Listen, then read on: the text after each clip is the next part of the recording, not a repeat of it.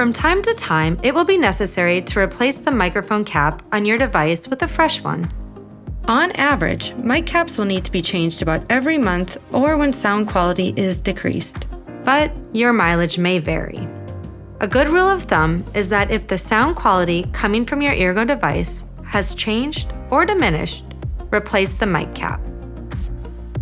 To change the mic cap, you'll first need to remove the one that's on your Eargo device. Hold the device firmly around its middle. With the other hand, use a fingernail to peel the mic cap up and away. Eargo's accessory packaging is designed to help you change mic caps easily. You'll find extra mic caps inside the base of the box, packaged with extra open petals. Locate the tray and place it label side up on a flat, well-lit surface. Use a cleaning cloth and wipe the sound inlet on your bare device. Gently use the cleaning tool brush to dislodge any debris. Select a new mic cap from the packaging tray and peel the tab up.